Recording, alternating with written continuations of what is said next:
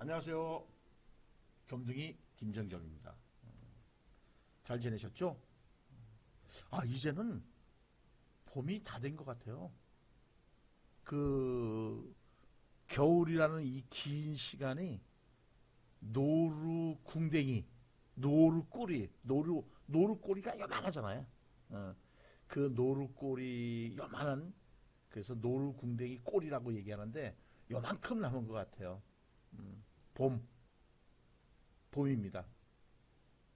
뭔가 새롭게 또 시작되는 계절이고, 그러니까 우리 예비 선생님들 좋은 계획 세우고 그 계획을 어떻게 잘 운영할 것인가가 여러분들의 당락을 결정할 것이니 좀 잘 준비를 하셨으면 좋겠습니다.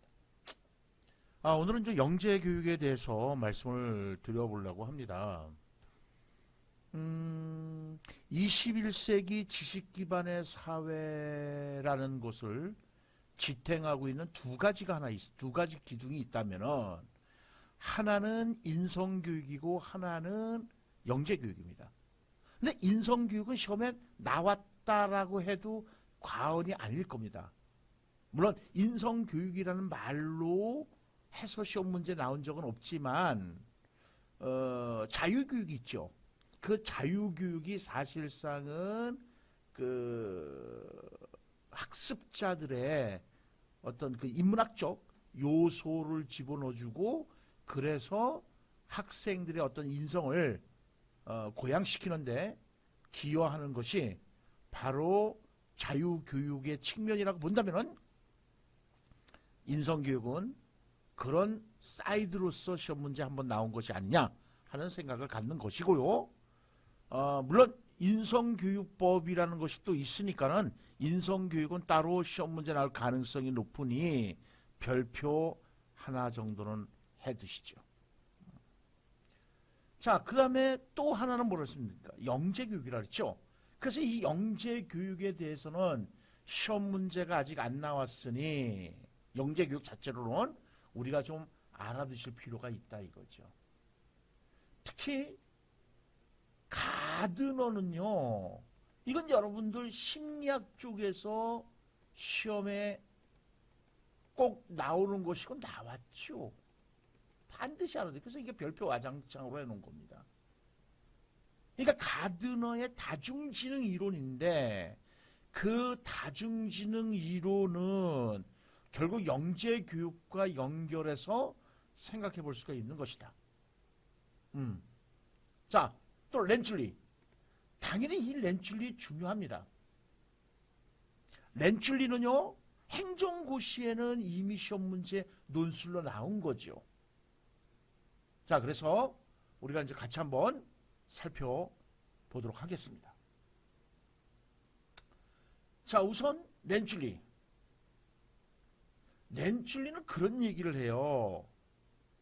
상위 15% 이내에, 즉 일반 능력, 창의력, 과제 집착력이 있죠.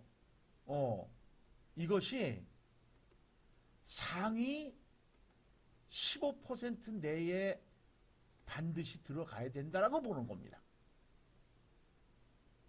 그런데 그 중에 어느 하나가, 다시 말해서 일반 지능이나 또 창의력이나 과제 집착력이 상위 15%이면서 이 셋 중에 어느 하나가 상위 2% 내에 들었을 때 바로 이제 이 부분에 해당되는 거죠.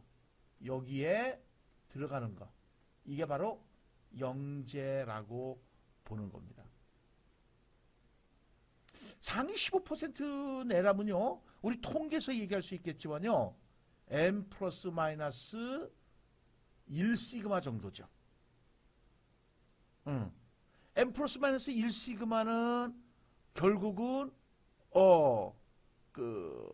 양쪽으로, 이건 나중에 이제 통계적으로 얘기하겠지만은 양쪽으로 봤을 때 대략 84%니까 16% 정도에 해당될 수 있다라고 보는 거죠. 그리고 이제 개별 요소는 상위 2%잖아요. 상위 2% 내기 때문에 대략 M 플러스 마이너스 2 시그마가 약 95%거든요. 그러니까 이쪽이 2.5, 이쪽이 2.5가 되는 거니까는 대략 M 플러스 마이너스 2 시그마 이렇게 이제 생각하면 되지 않을까 하는 겁니다. M 플러스 마이너스 1 시그마가 68%예요. 아까 제가 말씀을 잘못드렸는데 68%니까 요거예요. 그러니까 쉽게 말하면은 요렇게 보고 아이고 이거 참 그리기가 거시기 하네요. 다시 한번 그려볼게요. 자, M 플러스 마이너스 이렇게 해서 이렇게 했다고 칩시다. 그러면 여기가 이제 평균이거든요. 우리가 이제 통계할 때 하겠지만 평균이고 M 플러스 마이너스 1 시그마 하면은 마이너스 1 시그마 쪽으로 플러스 1 시그마 쪽으로 요 사이에 약 68%가 몰려 있다는 거예요. 그러니까 여기 34, 여기 34죠. 그럼 여기가 16, 여기가 16%가 되는 거예요. 그러니까 상위 15% 내니까는 여기가 상위잖아요. 요 안에 들어간다는 거예요. 이 세 가지가 공통으로. 이해가시죠? 오케이. 자, 그러면은 또 다시 지금 말씀드린 것처럼 상위 2% 내에 들어가야 된다는 거잖아요. 그러면 상위 2% 내에 들어간다는 것은 M 플러스 마이너스 2 시그마다 이렇게 보시면 되는 거죠. 다시 말해서 이렇게 하고 이렇게 해서 여기가 마이너스 2 시그마고 여기가 플러스 2 시그마다. 그러면 M 플러스 마이너스 2 시그마면 대략 98%에 해당되는 거예요. 95%. 그러니까 요 사이에 100명 중에 95명이 들어갔다는 거거든요. 그러니까 이쪽에 하위로 2.5%, 2.5명이겠죠? 100명으로 잡았을 때. 그리고 상위에 2.5%. 그러니까 대략 M 플러스 마이너스 2 시그마에 해당되는 것이다. 이렇게 보는 거죠. 100명 중에 2.5명이니까요. 그걸 이제 영재로 보는 거예요. 그러면서 렌출리가 이제 얘기하고 있는 것이 뭐냐? 바로 세고리 모형이라는 것을 이야기합니다. 그 세고리 모형은 지금 여러분도 그림 보다시피 요거 여러분들 지금 그림 보시다시피 고리 하나, 고리 둘, 고리 셋이죠.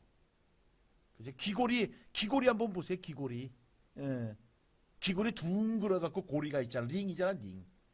고리가 하나, 둘, 셋이기 때문에 세고리 모형이라는 거예요. 그래서 세고리 모형에서 다시 한번 말씀드리지만은 공통 요소로서는 상위 이 다 공통으로 이 세 가지가 상위 15% 내에 들면서 그 중에 어느 하나가 상위 2% 내에 들었을 때 영재다. 이렇게 보는 겁니다. 그리고 3부 심화 학습 모형을 또 얘기를 합니다. 요게 1부 심화, 요게 2부 심화, 요게 3부 심화입니다. 그러니까 1부 심화에서는 누구나 다 공부를 할 수가 있는 겁니다. 그래서 일반적인 탐구 활동을 하면서 이 그룹 훈련 활동에서는 조금 더 줄어드는 거죠. 그래서 마지막으로 갔을 때 개인 또는 소규모 그룹의 실제 문제를 연구하는 활동에서는 영재들만 교육이 될 수 있다. 이렇게 보는 거죠. 그래서 지금 여러분들 시험 문제 나온 것처럼 렌출리의 심화 학습 모형에 대한 설명, 이거를 이제 여러분들이 조금은 공부를 하실 필요가 있다. 이렇게 보는 겁니다. 자, 그 다음에 아까도 말씀드린 것처럼 다중지능 이론은 시험에 반드시 나온다. 꼭 알아두자. 근데 다중지능 이론이 영어로 Theory of Multiple Intelligence예요. 그래서 MI 이론이라고 합니다. 그러니까 다중이야, 다중. 지능이 하나만 있다는 것이 아니라 많은 지능들이 있다라고 보는 겁니다. 그래서 문화 상황에서 가치 있고 의미 있는 문제를 해결하는 능력이다. 또는 특정 문화 상황 속에서. 그러니까 예를 들어서 대한민국이라는 문화 상황과 미국이라는 문화 상황 다릅니다. 그런 어떤 특정 문화 상황 속에서 이건 우리가 중요해 하는 것들을 만들어내는 능력을 지능으로 정의를 내리고 있습니다. 그래서 이제 가드너의 다중지능 이론이 시험 문제 나온다면은 먼저 지능에 대한 정의를 딱 쓰시면 되겠죠. 이렇게 지능에 대한 정의를 쓰고 두 번째로는 그 지능의 종류를 이걸 이제 9가지라고 그러는데 어디에서는 8 플러스 1개다 이렇게 얘기를 해요. 또 어느 책에서는 8.5개다 이렇게 얘기를 해요. 또 어느 책에서는 8과 2분의 1개다 이렇게 얘기를 합니다. 그러니까 결국은 8.5다 8과 2분의 1이다 이거 자체는 어떤 얘기가 나오는 거냐면은 반쪽이다 이거야. 반쪽. 반쪽. 그래서 반쪽 지능으로 얘기되는 것이 뭐가 있냐면은 바로 실존적 지능이라는 겁니다. 이거 실존적 지능. 그래서 조금 이따 보도록 하고요. 또 어느 책에서는 그냥 9개 그래갖고 실존적 지능을 다 포함해서 그냥 9개. 또 어느 책에서는 8개 그럽니다. 실존적 지능을 빼버리고 8개 이렇게 합니다. 또 8 플러스 1 하면은 실존적 지능을 이제 한 개로 보는 거죠. 그래서 일단 이 지능이 9개를 여러분들이 이거 외우셔야 돼. 근데 제가 또 누굽니까? 향후에는 여러분들한테로 이 교육학 시험 문제, 교육학은요, 이해의 학문이지 암기의 학문이 아닙니다. 사실상은. 그런데 순서라든가 종류라든가 이런 것들은 여러분들이 그 어떤 암기법을 좀 동원하면은 사실상 여러분들 교수학습법 중에서 또 암기법이 있어요. 여러분들 교수학습 방법 중에서 암기법을 배우는 이유는 그 암기법을 개발해서 학생들한테로 가르치라는 얘기입니다. 그러니까 교육학을 공부하는 거는 내가 시험을 보기 위해서 공부하는 거지만은 진짜 지겨우면은요 이렇게 생각하시면 돼요. 내가 선생이 돼서 학교에 가서 학생들에게 이렇게 가르치라는 거구나, 이런 내용을 가르치라는 거구나 라고 생각하고 여러분들이 받아들이면은 이해하기가 쉽다는 거예요. 그러니까 여러분들 수동적으로 나는 시험을 봐야 되기 때문이 아니라 내가 교사로서 학생을 앞으로 지도하려면은 이런 내용을 내가 알고 있는 거, 가드너의 다중지능 이론이 왜 필요하겠습니까? 여러분들이 이걸 알아야 학생들의 개별의 지능을 인정할 수가 있다는 거거든요. 그래서 이 아이는 음악적 지능이 뛰어나니까 음악가로, 이 아이는 운동지능이 뛰어나니까 얘는 뭐 스케이트로 뭐 이런 식이에요. 그러니까 그렇게 생각하시고 여러분들이 접근해 가셔야 된다는 거예요. 그래서 일단은 이 9개 외우는 방법을, 암기법을 여러분들한테 알려드리겠습니다. 그래서 저는 이제 앞으로는 암기법, 그 다음에 이거 뭐 카톡을 이거 안 꺼놨더니 까톡 하는데 죄송합니다. 이거 수업 중에 끌 수는 없으니까 깨톡이 안 들어 다음 시간에는 끄도록 할게요. Sorry. 오케이. 자, 그래서 외우는 방법. 그 음시라고 있어요. 음시. 여러분들 그 음시라는 사람이 있습니다. 김씨, 박씨.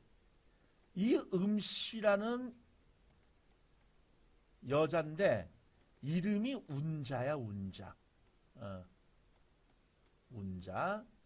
그래서 이 음운자 씨가 방송 출연을 하는 거예요. 그 방송 출연을 하려면은 그냥 먼저 가만히 딱 들어서 안녕하세요 이거 아니거든요. 어떻게 하냐면 대기실에서 기다리고 있어야 돼요. 그러면 이제 MC가 딱 이렇게 얘기합니다.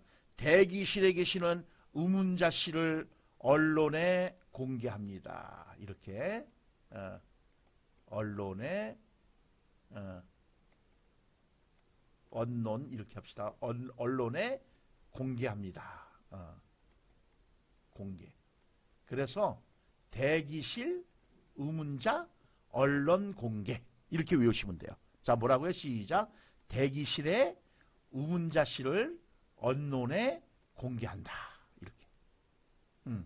자, 그러면 대기실의 기자는 외우자가 넣은 거니까 빼버리면 돼요. 그래서 자, 대기실의 대인관계 지능이고요. 실존적 지능인데 실존적 지능을 다른 말로 뭐라 한다? 반쪽 지능이라고도 한다. 또는 영성 지능이라고도 한다. 그 음운자야. 음은 음악적 지능, 우는요 신체 운동적 지능, 자는 자연 관찰적 지능. 그래서 예를 들어서 이런 거잖아요. 이제 여자친구가 남자친구한테 자기야 나 뭐 달라진 거 없어? 대부분 남자들 눈치 못 채잖아요. 뭐 달라진 거 없는데? 그러니까 네가 안 되는 거야. 그래서 그냥 웃자는 소리예요. 이 자연 관찰적 지능을 딱 좀 뛰어나게 좀 훈련을 해라. 여러분들 다시 한번 얘기하지만 이 지능은요 선천적으로 타고 나오는 것이 아니야. 옛날에는 그렇게 생각했어요. 근데 가드너가 나오면서 지능이란 뭐야? 훈련 가능하다 이렇게 보는 겁니다. 그러니까 자기야 나 달라진 거 없어? 이걸 빨리 눈치채기 위해서는 자연관찰적 지능을 막 훈련을 시켜주셔야 돼. 잠깐만 개발을 하셔야 돼. 그래갖고 자기야 나 달라진 거 뭐 없어? 그러면 머리 잘랐어? 딱 이렇게. 이게 바로 자연관찰적 지능이에요. 우리가 뭘 관찰한다 이렇게 생각하는 거잖아요. 그래서 여러분들 과학자라든가 이런 사람들이 자연관찰적 지능이 아주 뛰어나는 거죠. 그리고 이제 언론 공개예요. 언은 언어적 지능이고 노는 바로 논리수학적 지능이고요. 공은 공간적 지능이고 개는 개인지각 지능이다 이렇게 되는 겁니다.